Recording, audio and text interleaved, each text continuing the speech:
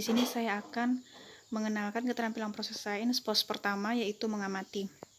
Di sini saya sudah menyediakan bahan-bahannya, yaitu jeruk, kertas HVS, dan mohon maaf di sini saya tidak memiliki kertas karton, tapi saya memiliki kertas jeruk warna hijau.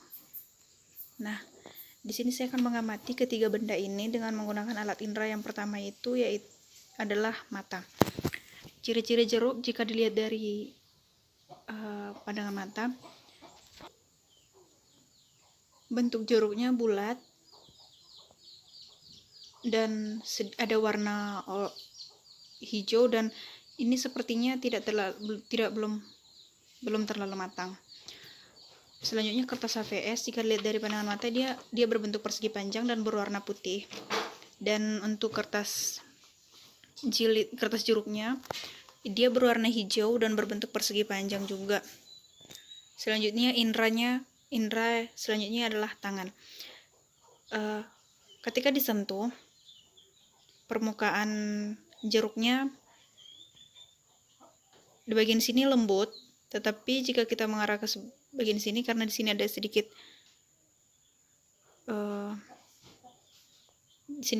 permukaannya kasar di sini. Nah, selanjutnya kalau di kertas HVS jika disentuh dia lembut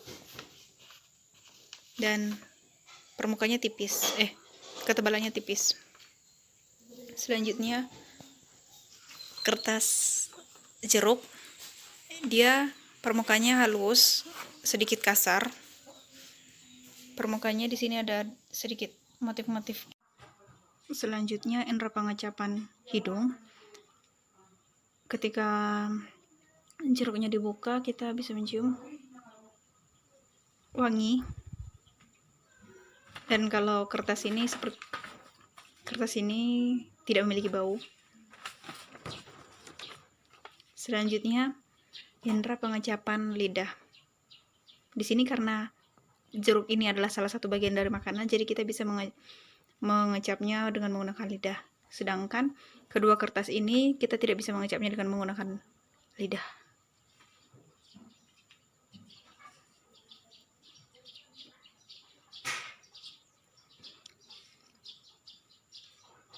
Setelah mencicipi jeruknya manis.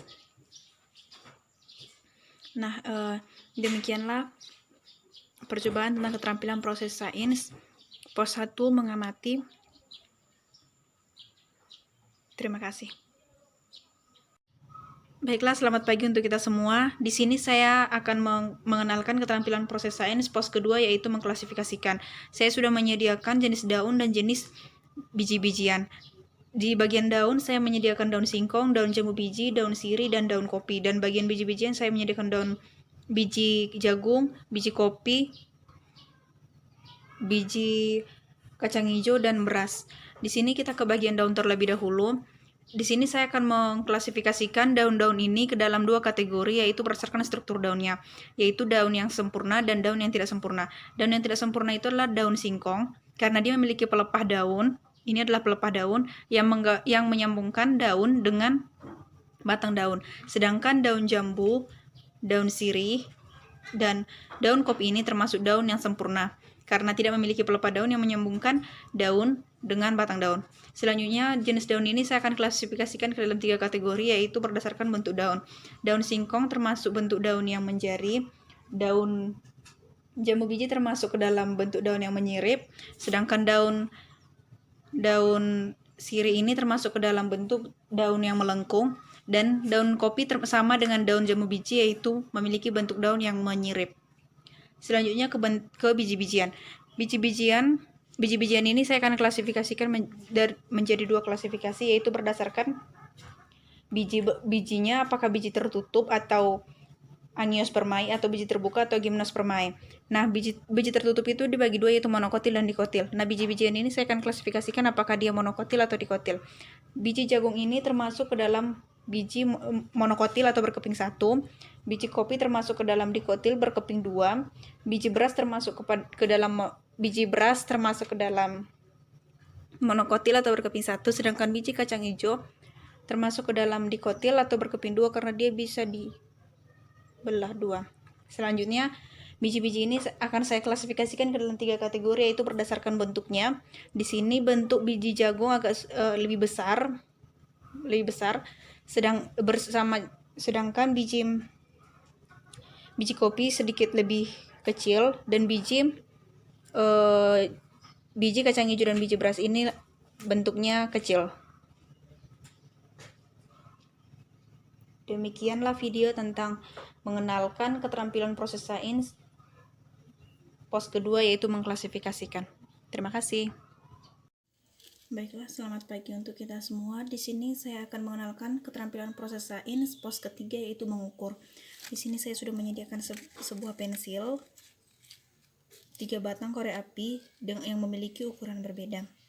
Nah, di sini pertama saya akan mengukur korek api. Kita ibaratkan ini korek api pertama, korek api A, korek api B, dan korek api C. Di sini saya akan mengukur panjang pensil ini dengan menggunakan korek api A. 1,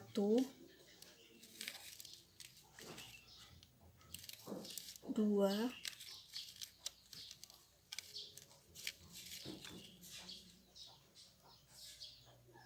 3. Panjang pensil ini sebanyak 3 kali korek api A. Sedangkan menggunakan korek api B, 1, 2, 3, 4. Menggunakan korek api B, panjang pensil ini sebanyak 4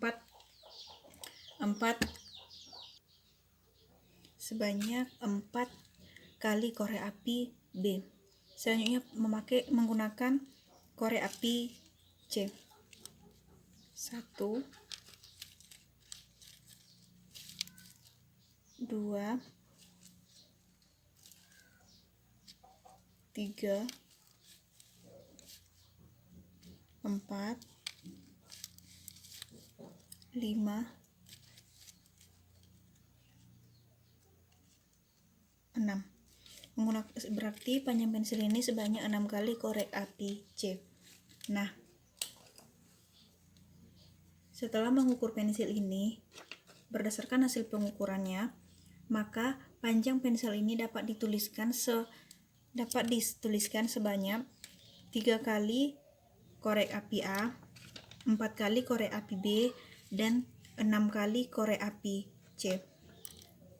Jadi, mengukur itu adalah membandingkan suatu besaran dengan satuan yang digunakan, dengan sebuah alat satuan yang digunakan, yaitu korek api.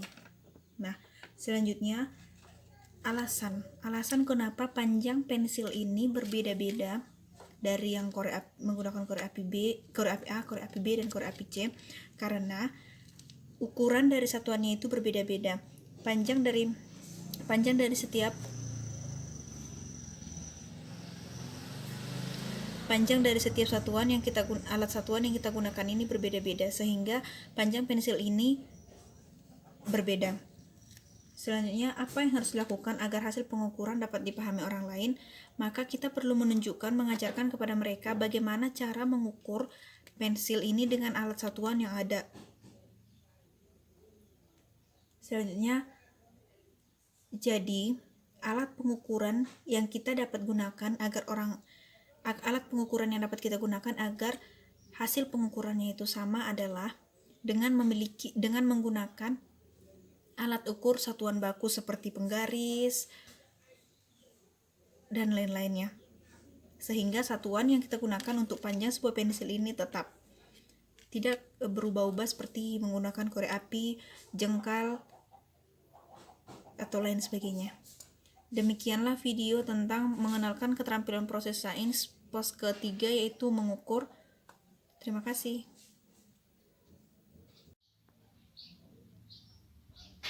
Baiklah, selamat pagi untuk kita semua. Di sini saya akan mengenalkan keterampilan proses sains pos yang keempat, yaitu memprediksi. Di sini saya sudah menyediakan sebuah wadah plastik berisikan air dan benda seperti kayu, batu, dan tutup Tupperware dari plastik. Sekarang kita akan masukkan satu persatu benda ini dengan memprediksi apakah benda itu benda ini terapung, melayang, atau tenggelam. Kita lihat ya. Pertama kita masukkan kayu. Prediksinya ini tuh tenggelam karena dia berat. Kita akan buktikan dengan mengujinya.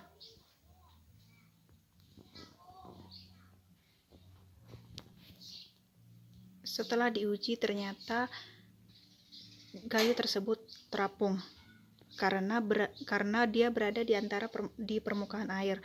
Hal ini terjadi karena massa jenis benda ini lebih kecil dari massa jenis air. Selanjutnya benda yang kedua yaitu tutup Tupperware yang terbuat dari plastik. Kita masukkan prediksinya ini dia terapung karena dia sangat ringan, terbuat dari plastik. Mari kita masukkan. Kita lihat hasilnya, ternyata dia melayang karena dia tidak berada di permukaan air. Dia sebagian dari tutup Tupperware itu masuk ke dalam permukaan air. Ini terjadi karena massa jenis benda ini sama dengan massa jenis air. Nah, benda yang ketiga adalah batu. Prediksinya ini adalah benda ini akan tenggelam. Mari kita uji. Setelah kita masukkan, ternyata benar benda itu tenggelam karena dia turun ke dasar air. Hal ini terjadi karena massa jenis benda ini lebih besar dari massa jenis air. Demikianlah percobaan, yaitu mengenalkan keterampilan proses sains pos keempat, yaitu memprediksi. Terima kasih. Baiklah, selamat pagi untuk kita semua. Di sini saya akan mengenalkan keterampilan proses sains pos yang kelima, yaitu mengintervensi. Di sini saya sudah menyediakan air 2 buah gelas, gula, dan tepung. Di gelas yang pertama saya akan memasukkan segelas air.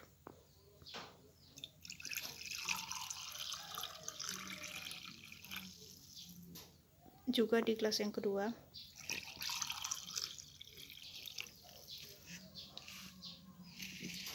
Di gelas yang pertama saya akan masukkan 1 sendok tepung terigu. Di sini kita bisa melihat, pertama, tepungnya itu sedikit mengental dan agak susah menyatu dengan air. Tetapi jika kita aduk lama-kelamaan,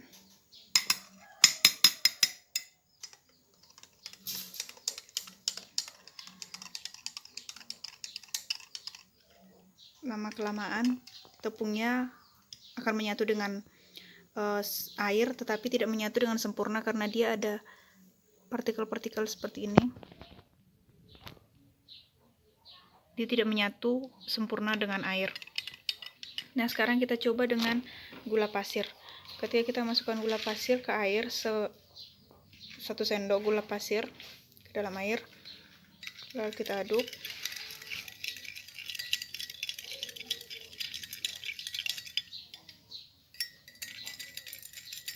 Ini karena dia menggunakan air dingin, maka ini gula pasirnya agak sedikit lama untuk larut. Pada hakikatnya jika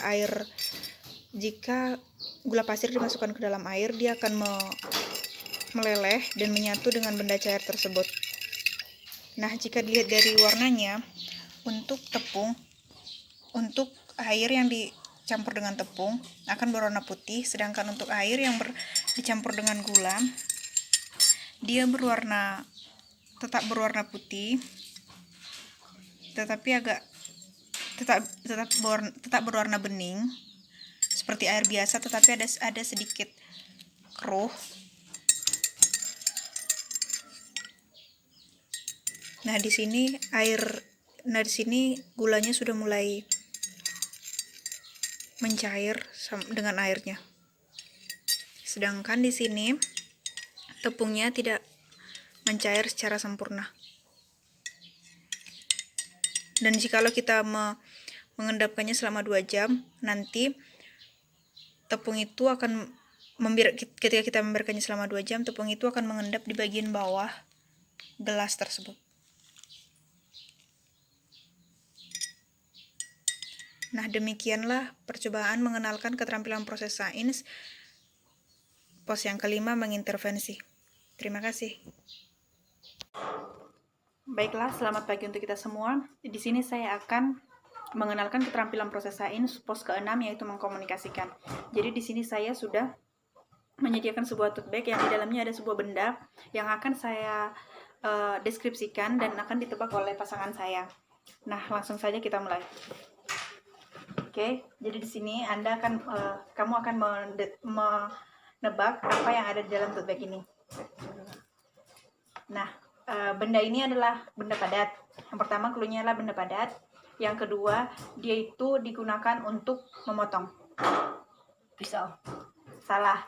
Dia itu biasanya digunakan untuk memotong kertas. Cutter. Nah, ukurannya itu lebih besar dari cutter. Apa coba? Gunting. Yes, benar. Nah, pasangan saya bisa menebak isi di dalam tote bag ini. Dia benar menjawab gunting. Nah, demikianlah video tentang mengenal keterampilan proses sains pos ke-6, mengkomunikasikan. Terima kasih. Baiklah, selamat pagi untuk kita semua. Di sini saya akan mengenalkan keterampilan proses sains pos yang ke-7, yaitu hipotesis. Di sini saya sudah menyediakan alat dan bahannya, yaitu air, deterjen, sabun cair, sabun mandi yang bentuk batangan, dan 3 buah wadah. Nah, pertama saya akan menuangkan deterjen ke wadah yang pertama.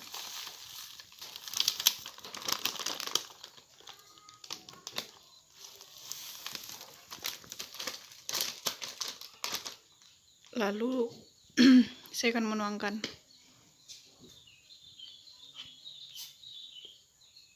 sabun cair ke wadah yang kedua.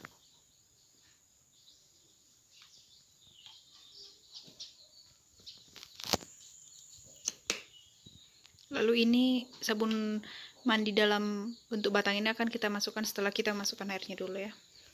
Sekarang kita masukkan air ke wadah yang pertama, wadah yang kedua, dan wadah yang ketiga.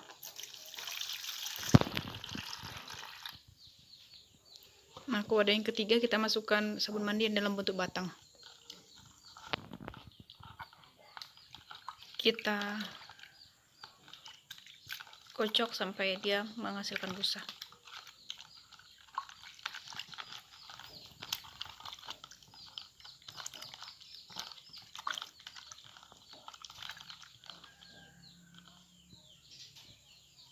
Nah, begitu juga yang terjadi dengan air yang wadah yang dimasukkan dengan sabun cair. Kita aduk sampai menghasilkan busa.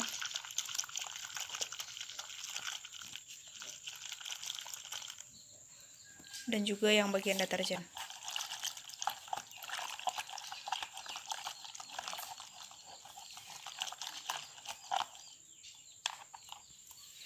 Nah, di sini saya juga sudah menyediakan pipet yang sudah dibentuk seperti ini. Nah, di sini nanti kita akan membuat gelembung. Lalu kita akan melihat apa cairan manakah di antara ketiga cairan ini yang menghasilkan gelembung paling lama. Nah, dugaannya menurut saya yang paling lama nanti, campuran yang paling lama menghasilkan gelembung yaitu adalah campuran deterjen dengan air, karena dia menghasilkan busa yang banyak. Nah, untuk pembuktiannya kita akan ada di pos ke-8, yaitu bagian eksperimen. Demikianlah mengenal keterampilan proses sains pos 7, hipotesis. Terima kasih. Baiklah, selamat pagi untuk kita semua. Di sini saya akan melanjutkan pos 7 yang dalam mengenal keterampilan proses sains. Pos 7 tadi yaitu hipotesis. Dari ketiga campuran ini, campuran manakah yang menghasilkan gelembung yang dapat bertahan lama? Nah, hipotesisnya saya memilih campuran deterjen dengan air. Nah, sekarang kita akan membuktikan apakah campuran deterjen dengan air, campuran sabun mandi dalam bentuk batang dengan air, atau sabun cair dengan air. Nah, sekarang pemantiknya kita mulai dari deterjen terlebih dahulu.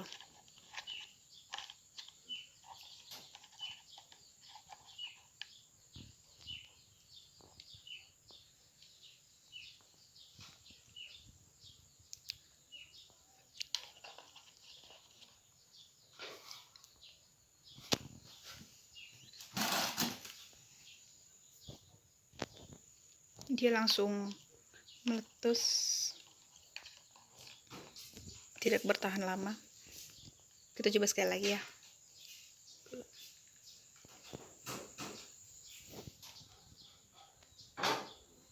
Dia lumayan lama. Sekarang kita beralih ke campuran air dengan sabun mandi dalam bentuk batang. Di sini dia sedikit sulit karena dia tidak memiliki busa. Susah untuk membuat busanya.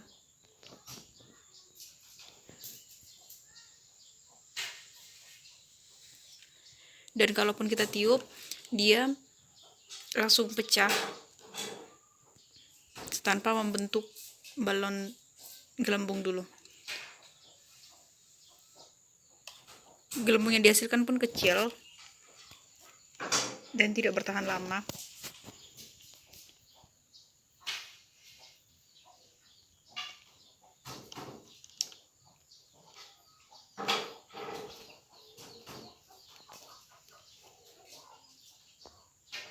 Dengan menggunakan sabun mandi berbentuk batang itu sedikit sulit. Sekarang kita coba dengan sabun cair.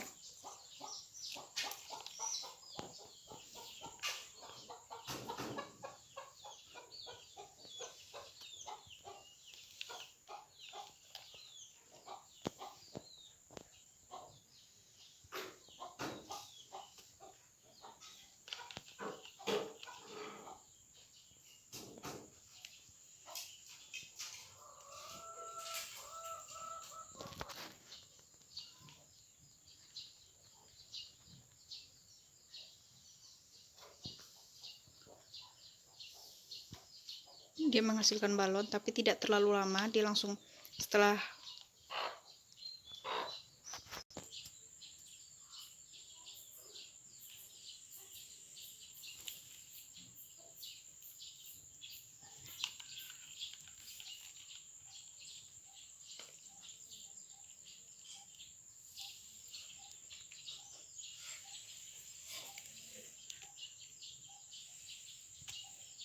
dia tidak bertahan lama. Jadi kesimpulannya, campuran yang bisa menghasilkan gelembung yang bisa tahan lama itu adalah campuran deterjen dengan air. Sebenarnya ketahanan gelembung yang bisa kita hasilkan itu tergantung pada campuran yang kita buat, yaitu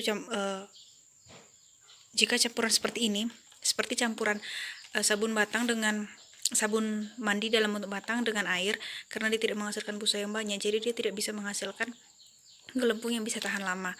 Sedangkan ini campuran sabun mandi cair dengan air, dia menghasilkan busa yang banyak, busa yang lumayan banyak, sehingga dia bisa menghasilkan gelembung, tetapi dia tidak bertahan lama. Sedangkan untuk deterjen dia memiliki banyak busa, jadi menghasilkan gelembung yang bagus dan bisa tahan lama. Nah, demikian percobaan keterampilan proses sains pos 8 eksperimen untuk membuat gelembung yang tahan lama. Terima kasih.